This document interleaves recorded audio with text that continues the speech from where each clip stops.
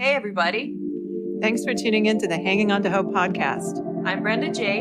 And I'm Karen Wonder. And we are hangingOnToHope.org.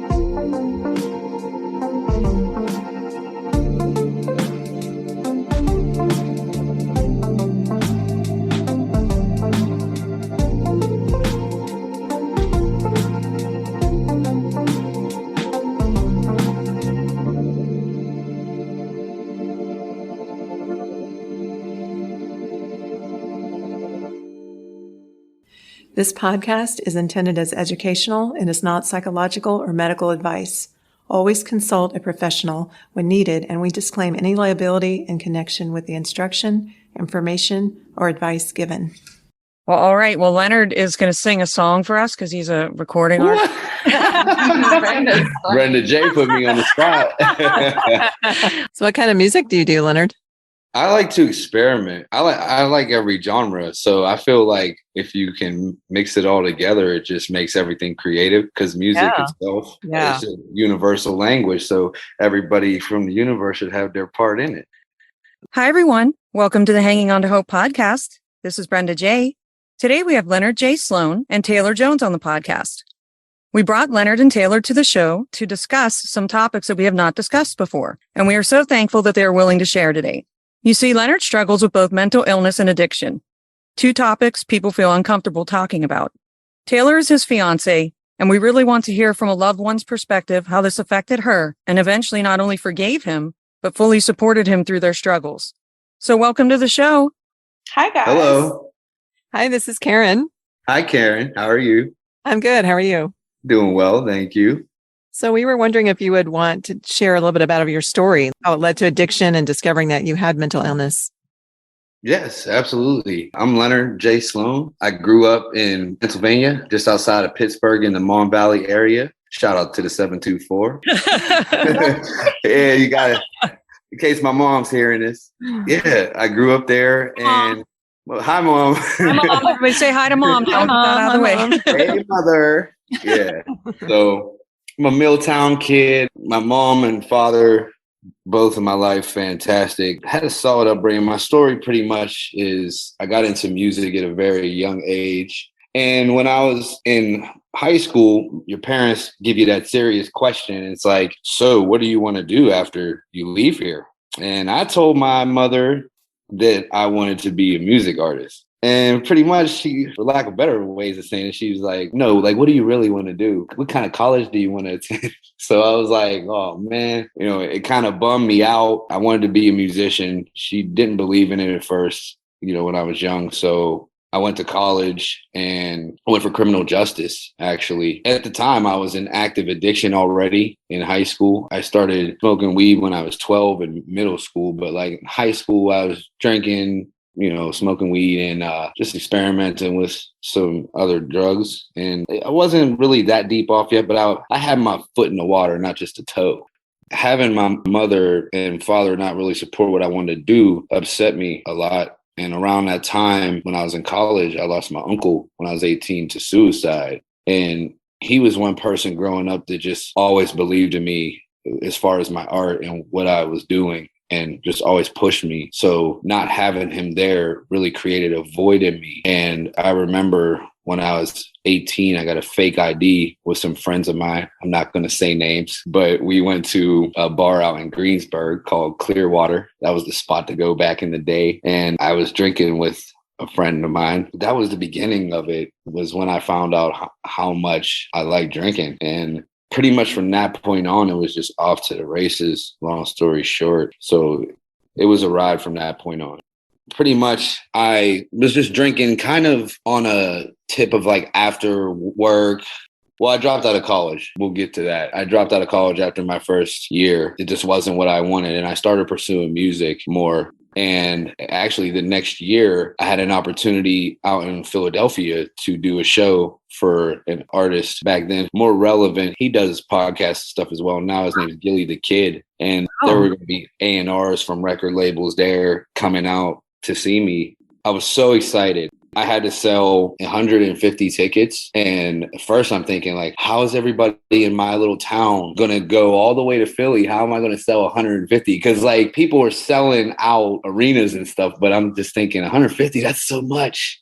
Yeah. And it was crazy though, because back at that time, there wasn't an internet. It was still, well, there was, but it was still more of the record label was involved. Uh-huh. So for you to get picked was just super exciting. And like, I had the support of my town. But what I noticed is like, while I was in, active addiction and partying during that, was all these people around me for like the wrong reason of that. So that kind of really brought me down a lot into a depression. And I still wanted to pursue it, of course, because it was my dream. So I asked my mom, I was like, hey, we're going to go to this show. And she cried and begged me not to go. She said that she was in fear of the danger. It just goes back to her not understanding that you got to take that leap when you feel that your dream is inside of you. So your mom asked you not to do the show? Yeah, she cried to me and asked me not to do it. So I ended up not doing it. I didn't want to hurt my mom. And I wasn't far into my addiction to the point of where I was hurting people, at least heavily yet. But after that and losing my uncle around that same time, that's when it started to get very serious with drinking. And before this, like growing up, my mom told me in high school that she thought that I may have some kind of mental illness. She's a psych nurse. So I was getting angry. I felt like she was treating me like a patient, and I would just disregard what she was saying about it, kind of wrote it off, and that was that. So I kept drinking and I kept using drugs to cope, or what I thought was cope with my pain of just everything at the time of losing my uncle and just having my parents, who I want to make proud more than anything in my life at the time, just shoot my dreams down.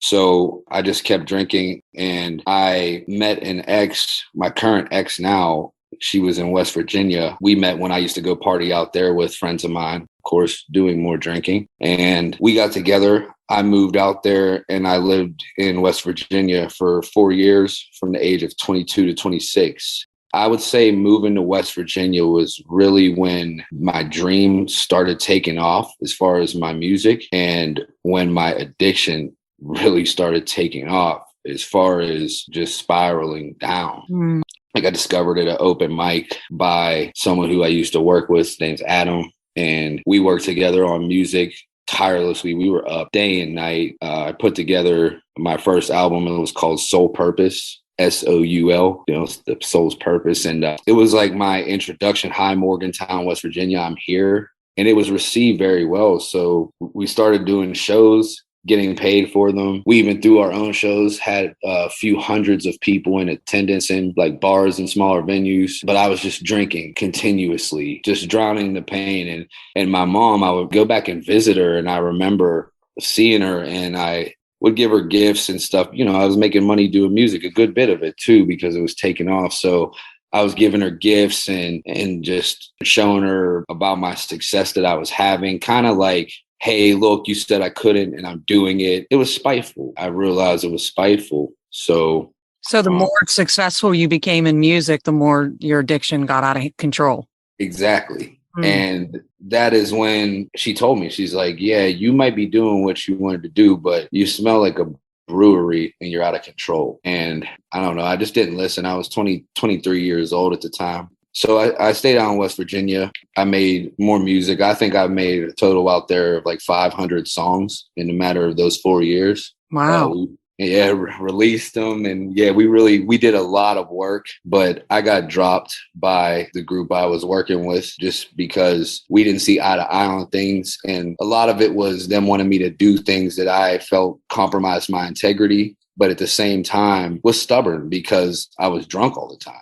It's like telling a drunk person, let me get your keys. Yeah. And I was not hearing it, not having it. So I got dropped, and that was probably the darkest time because I was kind of just stagnant at the moment, not doing anything.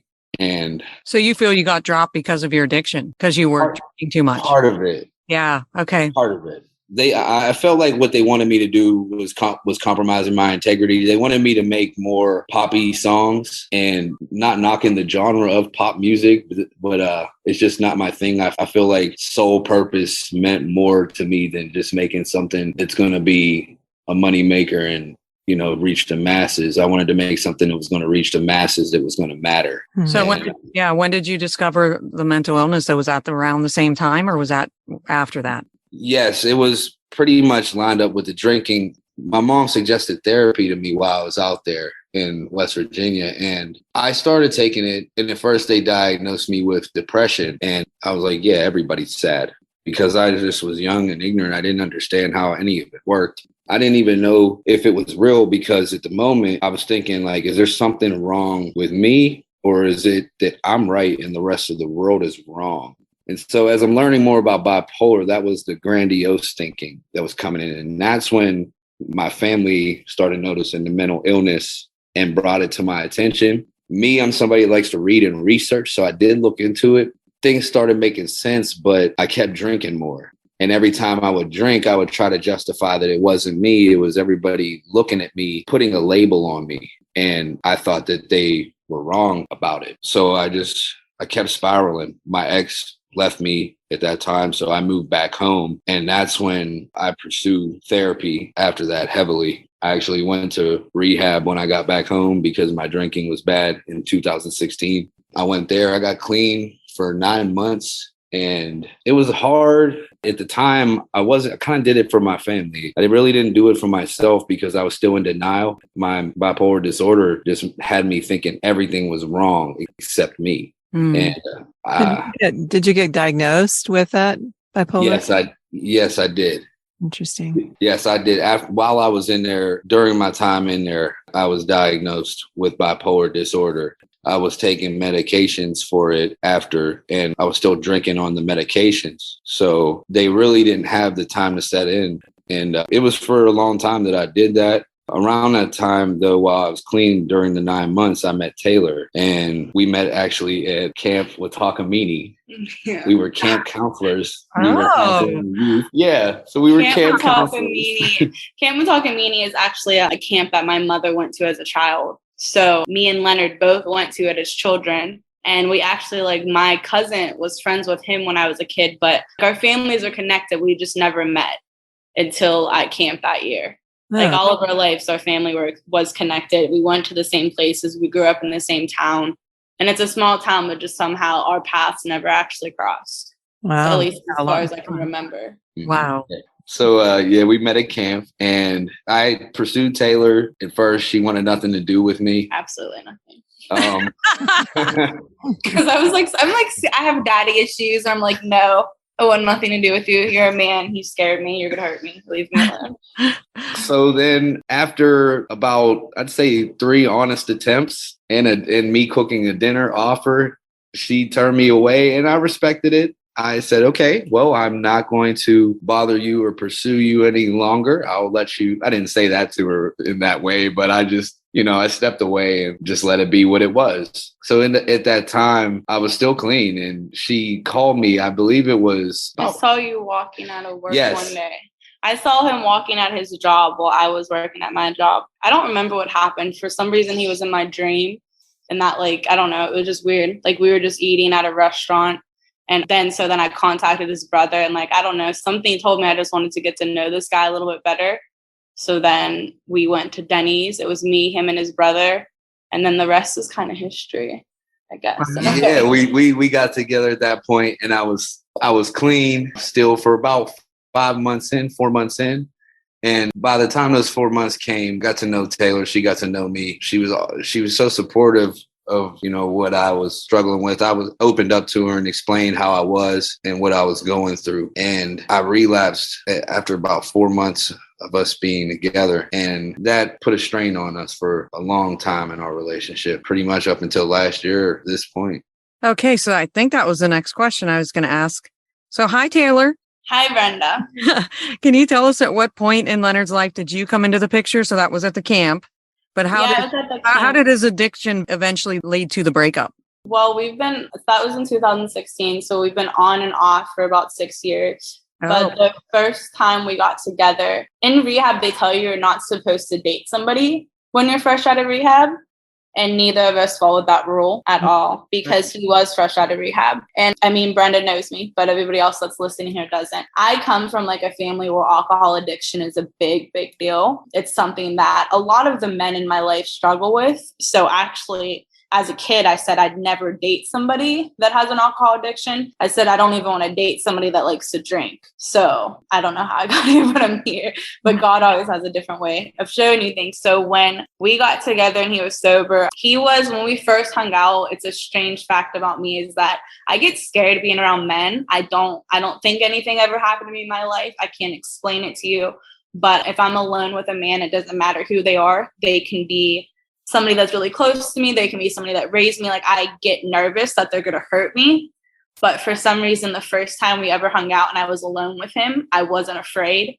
So that just made me want to be around him all the time. And we did hang out a lot and we were together a lot to the point that our family was like, you guys are up each other's butts. Like, what are you doing? And he's not somebody that really likes somebody up his butt anyway. He's not clingy. I am. So it was definitely, that was the struggle. But when he started drinking again, it kind of just was a roller coaster for a while. And a roller coaster that I didn't want to get off because I loved him. And I just had faith and I was like, no, like I don't want to give up. Like, I feel like I used to tell him, I was like, I feel like God has a purpose for your life. And this is why you have to fight demons like this. Like, it's going to be okay. We have to get through this. Like, it's going to be okay. But I think as a loved one, something that we do when somebody has addiction is that we take things personal. If he would start drinking, I would think it was my fault. And that was a mistake because it had nothing to do with me. Right. So in turn, some of our fights was that. Like he had addiction and that led to some of our breakups. But it was deeper than that because I didn't love myself.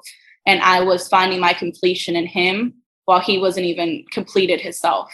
And he's not somebody that can complete me anyway, no matter what. Right. So yeah, that addiction before you even. Yeah, it just wasn't his alcohol addiction. It was, in a way, almost like my addiction to him. So it was a mixture of both of those that led to the breakup. But the first time we were together, we moved in together. I'd say not everybody was the biggest fan of that, but they still supported us. So we got a place together and we were there for, I would say, almost a year. We were there for a year together. Yeah, it was a while. But because of addiction, and I'm still not blaming it on everything, it wasn't just addiction, it was bipolar disorder too. Because I was medicating. I was self-medicating. Yes. And that's really where the mental illness is tied in with. If people with bipolar disorder, they don't like to take their meds. Like that is something, like he's right in the complex of saying that when you have bipolar disorder, like you think that like you're the right one and everybody else is wrong. So like to somebody that is super emotional and you're dating somebody that like is not super emotional, doesn't want to really show emotions at the time and is drowning in sorrow. It just was a lot of fights and it was a lot of back and forth on both of our parts. So we ended up breaking up one time and I moved out. Because it was a lot of drinking. And then sometimes it was like friends coming to the house. It wasn't a good environment for either one of us, but I was ready to get out of it. And then I think we got back together for a little bit. And then same thing. Yeah, it was the same thing. It was drinking. Promise. Yeah, it was drinking. And there was just drama that came with drinking because when you involve yourself in certain things, there's certain others that are around. And it was just a lot of drama. And probably the last time in the last breakup we had, it was when we were together and he wasn't doing anything crazy. Like he was still drinking and it was a problem, but it wasn't anything like he wasn't doing anything bad. He wasn't like cheating. He wasn't doing there was no reason for me to break up with him. But the drinking just got to a point that like he wasn't going to stop. And it wasn't more like pain for me. It was I couldn't see him in this pain anymore. Like there was nothing that I could do. He wasn't willing to get help. He'd get help and then he relapsed again. Like nothing was working. So the last time we ever broke up before we got back together this time, we actually broke up and I'm a horrible person because I broke up with him around his birthday because I couldn't take anymore. I'm so sorry. I did. I didn't get no presents. But it was really hard. I was really upset and it was hard for me because I love him so much, but I couldn't do the back and forth anymore because I just knew that God had such amazing plans for him and he just wasn't ready for it. So this last time that we broke up, I actually moved to Arizona not too long after it. And I think if I wouldn't have, we would have gotten back together. Like sometimes you have to fully I'm not saying you have to move halfway across the country, but sometimes you have to fully remove yourself from a situation or you're going to keep going back. Yeah. So was Leonard's addictions and behavior abusive towards you at any point? Not ever physically and not mentally, in a way of like, it was more watching him go through addiction that was hard. And he knows this now, but like when you're drunk and you're battling mental illness and an addiction, sometimes you can be really mean. And at times those are the things that like happen. At times he wasn't seeing like what was right in front of him, I would say. Like there was people around him that like just weren't worried about his well-being. And at time it caused drama for us. And I just didn't feel chosen. I didn't feel like, I knew that he loved me deep down inside, but he didn't love himself, so he couldn't love me at the time. So I wouldn't say that like it was abusive. I would say more of like just mentally messed up sometimes. Well, yeah, and I've met Leonard, and he's just so kind and calm, and he hasn't mean at all. So if he was a little bit mean from the alcohol, then that I guess does cause you to not be your true self, the addiction. If he was drinking, and he knows because we've talked about this before, he is somebody that he really could like not care. Like you could walk away from a fight and like he's not going to chase you. He would just not care. Because sadly at the time he didn't care about himself. So how was he going to care about me? Right. I'm very emotional. So that was probably a big breaking point for me. Yeah. Well, Leonard, this podcast is about educating and healing from abuse. And we know you were abusive to yourself by abusing your body with alcohol and drugs. What was the turning point where you said no more? Well, we could start with I couldn't hold a job after my music career like died. I couldn't hold a job for nothing. But it was because of the alcohol, because you're really good at it. Like any job he has, he like excels at it. It's insanity. But because of the alcohol, he like wouldn't want to go to work. Yeah, so I was having trouble with that. So I tried to be a functioning alcoholic. I found out that I wasn't, because I drank way too much to function at all. I was honestly trying to just kill myself slowly. And I got to a point where I just felt alone, and I didn't want to burden anyone else. Even though people said that me being here is not a burden, I felt at the time, I guess that was just my mental illness telling me that I was just a burden just being alive. And the turning point came, I was going to work one day at Thermo Rock in Denora where I lived. And I normally was riding in with my father because I didn't have my license at the time. He was taking me to work because I haven't had DUIs. Of course, that comes with the rock star life that I was living. So he asked, did I need a ride? I said, no, it's fine. I'm going to walk. I was walking to work. And as I got about a little over halfway there, I got a feeling inside of me. And I stopped, and I was drinking beer on the way down. I had a 40-ouncer and I was just chugging it on the way there. And I stopped. Ironically, as soon as I stopped, there was a dumpster like right to the left of me. I walked over. I threw the beer into the dumpster. I called my father, told him I needed help, needed him to take me to the hospital. He did. And I went to the psychiatric unit to get help and with my mental illness and addiction. And of course, I came out, I was clean for about 2 weeks, and I started running rampant. That's when I started incorporating more drug abuse, more alcohol abuse, everything. I really was disconnected. And I went to Maryland with my son's mother, just out of nowhere. And I was there. It was a really horrible time because we both were abusing drugs, emotionally abusing each other. Just everything was horrible. And we were sitting in Red Lobster. We were supposed to go to Myrtle Beach. And I told her, I said, I want to go home. I just want to leave. And I was sitting in a Red Lobster in Frederick, Maryland. I was drinking a Heineken, and I looked at my beer and I looked at her and I said, this is going to be my last beer I ever had. And the date was October 4th, 2020. And she laughed because she knows my history as well. And she said, yeah, doubt it. And after that, October 4th, 2020, that was the last alcohol that I've ever touched in my life. And I eventually got clean after a year long. Taylor was here in Arizona. We started talking to each other again over the phone. We got back together, and long story short, next month I'll be coming up on 2 years clean of alcohol and drugs. Wow. Congratulations. Yes, congratulations. Oh my goodness. That's awesome. Yeah. So what things are you doing now to heal? And I know it's a process healing, but Well, I am taking the proper medication for my bipolar disorder. That is for sure. I'm I'm not mixing anything else with it, which is a good thing. I am going to therapy. I have been going for the past 2 years. The entire time since I've been sober, I've been going to therapy.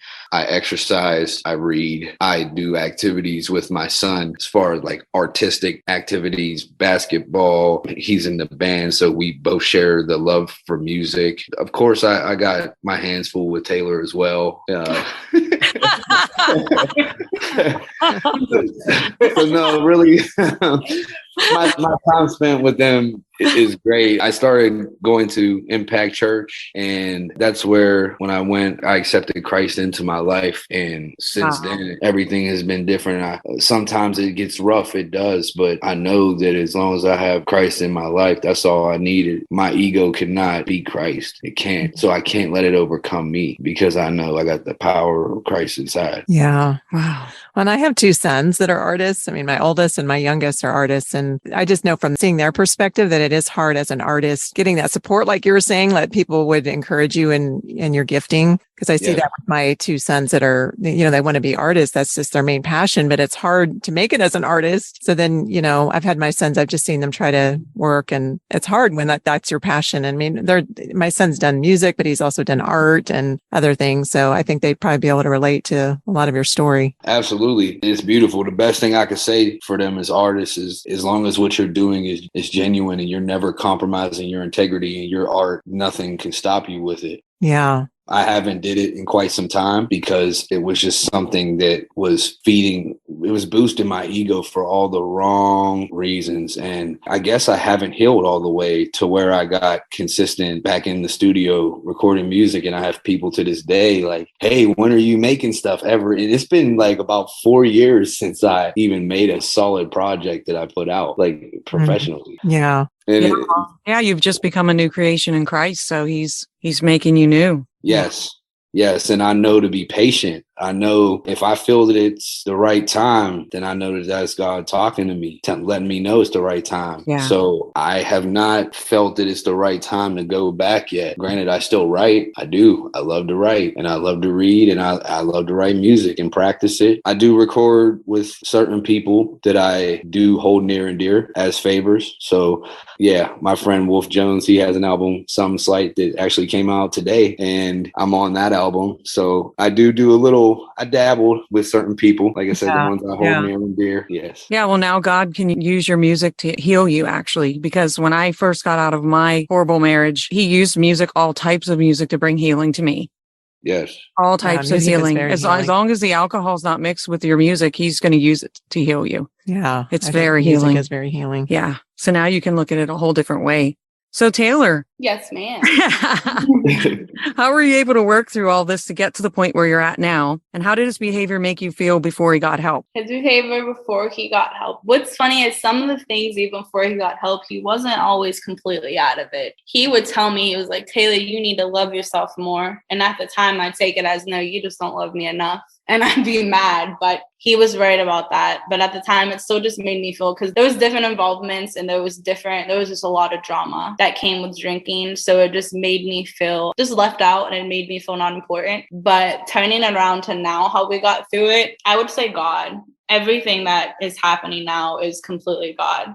Because even if you told me like 2 years ago when I first moved to Arizona, Taylor, Leonard and his son, they're going to move here and you guys are going to be together, I would have said, Brenda, you've lost your mind. That's never happening. I'm never getting back with him. That's in the past. It's never happening. But now what's crazy is that there would be days where I'm struggling and this man that is newly a Christian will be the voice that I need, will be the one leading me to God. And it makes me laugh because I'm like, I'm the one that introduced you to Impact Church. How are you going to check me? How are you checking me right now?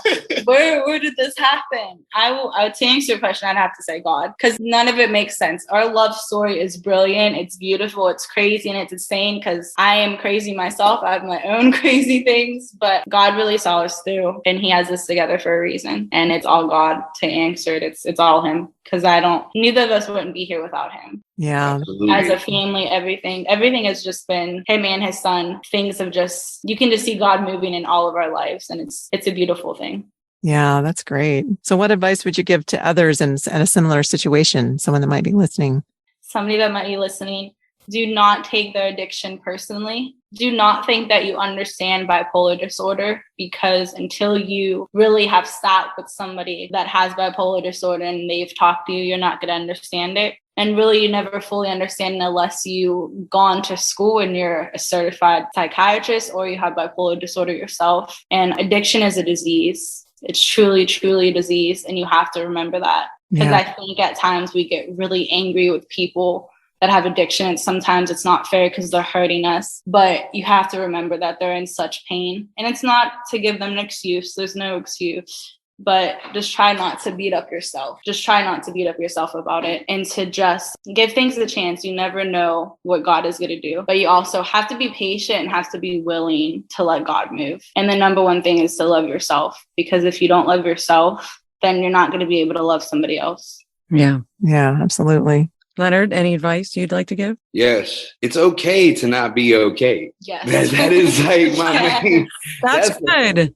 That's the first thing. It is okay. I like that. To not be okay. It is. It's fine. The thing is just get help for it. Develop a support system. Go to them. Utilize your resources. Whatever works for you. Try different things. Don't be afraid to take the leap of faith. All that is God calling. So don't be afraid to take the leap. The best advice, let's see. Well, Gatorade and honey for hangovers. No, that was a joke. That was a joke. Never heard that one. Yeah, that's from Pennsylvania right there. So, Was there anything you'd like to tell our listeners about mental illness and addiction to educate them or help them if they have a loved one who has a similar struggle? So what I was thinking is, like, if there's somebody that's really like a raging alcoholic that's maybe abusive, like, it's you being in that position. If you would have been like that, what advice would you give to that loved one that's sticking it out with them? Oh man. You gotta love from a distance. You can't, I'm not saying to not love or not care about the person, but you can't help someone if it's hurting you. Yeah. That's the best way I look at it. But they have to want it, and you have to know the difference of them wanting it and you wanting it for them. That's probably the best education on that I could give from the other side. Because it took you actually wanting to do it for you before you actually did it, right? Absolutely. All those times you tried to quit, that was what the difference was? Yeah, all the other times I tried for my mother, my son, for my father, for my family and friends that loved me and cared about me. I tried it just to make them happy. At first, I did it to shut them up, of course. But then when I really got tired, I started reflecting on myself and my behaviors. That's when the real difference was made. When I reflected on my behavior and how it was affecting me, and I stopped feeling comfort in my loathing, that was when the change came. Because a lot of times when you're feeling low, you get comfortable with that feeling because you're just so accustomed to it that being happy is foreign. You don't even really know what it means because you're so lost and feeling like crap all the time. So you got to know the difference. Be self-aware, take accountability as far as like if you are the addict, if you're the other person, help them unless it's hurting you. If it's hurting you and you got to go away, you do that. And whatever happens from that point, it's all God's work. But whatever happens in that point, you got to have more faith in God and let God work because you did all the work that you could. Yeah, that's true. You have to protect yourself. Definitely. Yeah, I think it's something that like you can help people, but like I didn't make Leonard be sober. Like I didn't solve his addiction and I can't solve his mental illness. The best thing that like you can do when somebody is struggling is to just be there for them. But like you said, if it's hurting you, then that is when you're going to have to love from afar. Yeah. But I think the problem that I had in the past that I was trying to play God. Like I was like, I'm going to save him. It's going to be me. But it was never me. He has a good support system. He has amazing family and friends, sisters, brothers, nieces, all that. Like there's great people around him. But all of us, we just had to be there and be there for him. We couldn't force him to change because that never works. Right. Yeah, you can't force anyone to change. Yeah, I'm just thinking that too.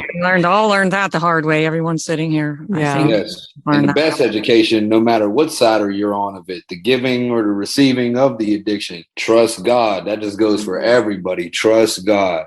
Trust God's process. Yeah, what I find is interesting that seems like happened even before you gave your life to Christ at Impact Church was he had to have some type of intervention in your life in order for you to quit, because you went from self-loathing. You had to stop hating yourself. You had to love yourself enough to stop the addiction. So something changed. God changed something in you even back then to cause you to love yourself enough to quit, because that's really what it is. It's not self-loathing, and actually, like even like Taylor said, learning to love yourself. Yes, absolutely. That's exactly what it was. God came in, and I just wasn't aware at first exactly what that was until time went on. Then I'm like, the light bulb went off and things started becoming clear, because my life was a walking blur. It really was. It's hard to tell you about my past because a lot of it was so blurry. Wow. And where can people reach out to if they're struggling with mental illness and with addictions? They have come listen to this podcast for sure. Yeah. There's groups, therapies. There's therapies in their town or city, wherever that they're located at. Churches, I believe they do things with that as well. We have Celebrate Recovery at our church that I go to. Actually, I would say, therapy is always a thing, like therapy, and surround yourself with different people, like people that are really good at support you and that will check you when you're wrong, because you need that, like definitely in addiction and recovery in life at all, you need that. But I would want to start with church. And if you're not someone that really likes to go to church, there's so many churches you can watch online these days. And the first time he ever watched was when he came in October. He watched Impact, and we just watched online because we had COVID. He liked it then, and then we started going in person, and he still loves it. So So to address the mental illness question, so you said your mom, like initially at the beginning of the podcast, you said your mom she worked in a psych ward or a psychotherapist, or so really yes. We need to let people know on this podcast to make sure that they reach out to the right person that, like you said at the beginning, that is, what did you say, Taylor? They have to be trained and certified. Yeah, professional help. Like you have to get professional help. I know some people, like a lot of the world, like we don't like therapy, we don't like doctors, there's nothing wrong with me. I think everybody in the world should go to therapy. It'd be a much better place if we did. Yeah. Like everybody in the world should go to therapy. So definitely I would say get professional help. Yes. Yeah. And why do you guys think it's so difficult for people to talk about addiction and mental illness? I'm just curious what your opinion is on that. Well, you opened up the podcast by saying that mental illness and addiction are things that are very, scary, uncomfortable to talk about. So that a lot of people, one thing all of us humans have in common is pride, and we do not like to be vulnerable around others or even by ourselves. So that's where a lot of the trouble comes from. But what we have to understand, that's our ego creeping in right there. We have to be able, put the shield up when we need to, and also know when to take our armor off and just walk at the same time. Yeah, we got to know when the war is on and when it's time to rest. I like what you say, because I think the world needs to change how they look at mental illness and addiction. I think sometimes the world just doesn't look at it the right way. We're afraid to be labeled. Yes, but I think you've always said that like mental illness is something you can't see. That's what you say. Absolutely. And that's like something that stuck with me, because he says that like when somebody is like sick, like physically, like you can see that they're sick. If somebody breaks the arm, like we're going to be like, oh, is your arm okay? Is everything okay? But if somebody that has bipolar disorder is manic right now and they're just saying all this stuff, like you're not going to fully understand it the same way. You're going to look at them like they're crazy, but like they are broken inside. You just can't physically see it. Yeah, that's true. We should treat that person the same way that we treat the other. And that's something that I learned from Leonard. He'd bring that up often. He'd say like, there's people that are like sick and like you can physically see something, but because you can't physically see mine, I'm treated differently than others. Yeah. There's a lot of people that struggle with mental illness. So I definitely agree with that. And then even with addiction, like people, I truly believe that addiction it's so much more like people, it's a disease. And I think people need to treat it as such and understand that. Not give people passes, but understand it. Like, don't just like if you're beating somebody up that has an addiction, it's not gonna that doesn't help them. Right. I know the times that me and Leonard were fighting and he was in active addiction, like me yelling at him and telling him like you're being an a-hole like that. He's just gonna go drink another beer. Like that's not. Putting somebody down when they're already down is not ever going to help them. Yeah. And maybe they don't want to talk about mental illness or addiction because it's an uncomfortable topic. Yes. Maybe another reason is because they're in denial. And if they don't talk about it, then they can just continue the behavior and People are definitely in denial because there's functional alcoholics. Like I think like there's so many, even I notice more as like I'm with Leonard, alcohol is everywhere. Yeah. It's absolutely everywhere. In commercials, on TV, like, it's just like, oh, I'm going to drink my pain away. It's a joke. Like, but to some people, it's not a joke. Yeah. Because to some people, like, it's life or death. And we don't take that serious enough in the world. We just look at it as, oh, it's just a beer. It's okay. Like, people they're in denial because it's easy to do. Everybody drinks. Yeah. And they don't have your friends and everybody drinks. Well, Leonard, is there anything else you wanted to add that really helped either one of you during this time, or any gold nugget that you'd like to share with the audience that would help inspire them, or just whatever you want to say? Yes, no fear. The only fear you should have is staying stagnant, is staying in your situation. And if you're in addiction, having mental illness, and you feel like you got dealt a bad hand, just remember that, nothing's owed to you. I mean, I hate to sound blunt about it, but nothing is owed to you. And even when you serve your purpose is still for service. So be humble. Well, thanks to both of you for being willing to share your stories. I know it's not always easy to share your stories. So thank you for both of you sharing your story, because you can encourage our listeners. Anyone, that's dealing with any of those issues will be able to find encouragement. Thank you. Absolutely. Yeah. I hope they all do. Well, we just want to thank you so much for being on the podcast and just sharing with us. Just appreciate it. And we appreciate y'all. Thank you, Brenda, Jae, and Karen. Yeah. Thank all right. Guys. Well, we'll see you soon. I'll talk to you guys soon. Thanks for taking the time out. I know you guys are busy. Well, thank you. If we can help any one person, then it's worth it, right? God cares about every one person. Absolutely. Okay. Bye. Bye-bye. Thanks for tuning in to Hanging On to Hope. Check out our website, hangingontohope.org.